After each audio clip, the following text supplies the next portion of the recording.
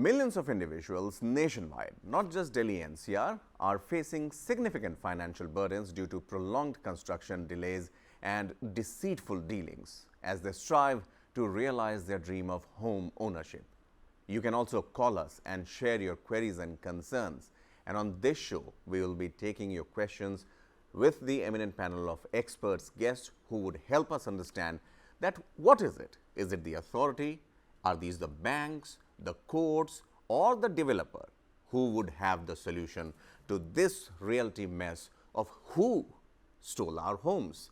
Now, this has been ongoing for quite some time now. Some of the projects have run into 10 years or such a delay. This is criminal. This is something which needs attention and also needs a closer look on how best the situation can be salvaged, because this is the middle class that we are talking about. This is the families that we are talking about who have spent their earnings and savings and are still paying the EMIs to get their dream house. Yet there are almost 2 lakh and above units, dwelling units, that need to be handed over only in Delhi and NCR.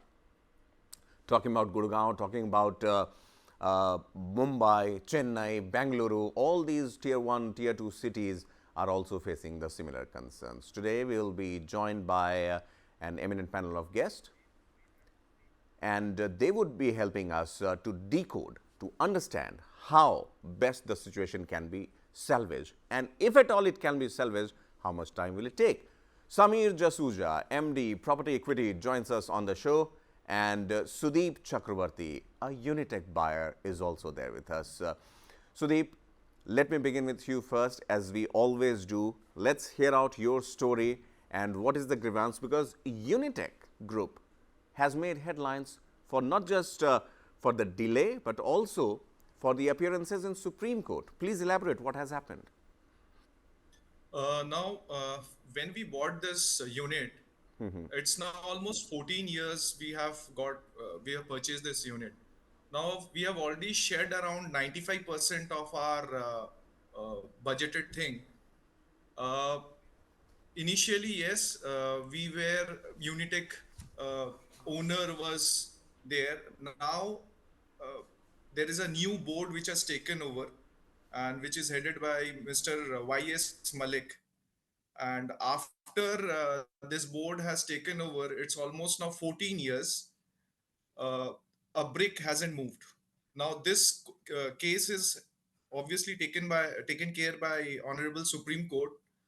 uh, the new board has not got any solutions till yet. And it's almost the last hearing which has happened was in February 2023. So it's a big pain now. When the new board had taken up, it was told by to us ki this will give us relief. Rather than giving us relief, now it's almost more than 3 years where we haven't seen a brick moving. But earlier, when Unitech owners were there, we were still managing our construction bit by bit. But now it's on standstill situation. And when we talk about a middle class family, along with the rent, we are paying the EMIs, so Right. which is a big burden, and 14 years is a huge time. Huge time, indeed a huge time. कहते हैं 14 वर्ष का वनवास भी हो जाता है, और यहाँ पर अपने ही घर, अपने ही निवास के इंतज़ार में people have anticipated and waited for such a long time. Sameer Jasuja, MD, Prop Equity, also joins us here. Sameer ji, we have spoken earlier also, and situation hasn't changed much since then. Help us understand, and our viewers also, that what are the responsibilities towards the builders and developers when it comes to timely delivery of the project?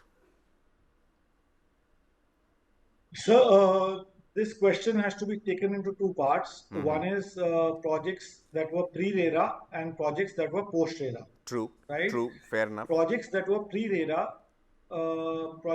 pre-RERA, the agreement to sell that was signed stipulated that if the developer delays the projects after a certain period of months, say suppose he's supposed to deliver in 3 years and he delivers he takes a moratorium period in addition of 6 months to a year. After that, he has to pay a penalty, which was typically used to be rupees 5 rupees per square foot per month. Okay. That used to be the case earlier before RERA came into being, right? So that the developer had to abide by, and if he didn't pay, then you could go to the courts, like the consumer forum or the district court, and then followed by high court. That was the two options that were available to you. This is pre-RERA. Post-RERA, developers have to pay a penalty. First of all, the agreement has to be equated equally between the buyer and the developer, because earlier what used to happen was the developer used to charge 18% interest and give 5 rupees a square feet, which was 2-3% interest only per annum. If you calculated on the amount paid for the flat and the penalty that he was paying. But after RERA, it is equated that if the developer is going to charge 12% for delay of payment to the customer by the customer, then 12% is what he's going to pay if he delays the project, right? So it is Right. different in different cases. That is and the developer could be charged 10% of the project value as penalty, and there would be imprisonment also. Right. Manish Jain, Unitech buyer, also joins us. Manish ji, Samir ji elaborated on what are the responsibilities and what are the jurisdictions also, what are the penalties also, and also the expected lines that the builders and developers should work on. You are a Unitech buyer, you have purchased a property in Unitech from the Unitech group. What is your story? What is the backstory? And what is happening till now? See, as Sudeep also mentioned, the property was purchased in 2008, ending 2009, starting with the promise of delivery within 3 years. However, Unitech got into the 2G scam, and I don't know what happened, but the funds got diverted, because of which I think so the old management of Unitech is behind bars, and but a lot of money was swindled off from this project, and which led to uh, the project getting stranded.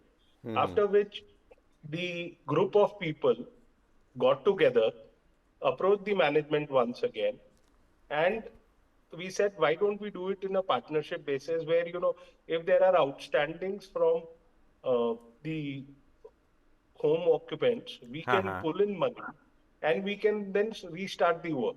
So one of the towers, which was C3, we started doing the work and there was good progress. However, 2017-18, I think so, when the Supreme Court came in, uh, it was taken over by Supreme Court.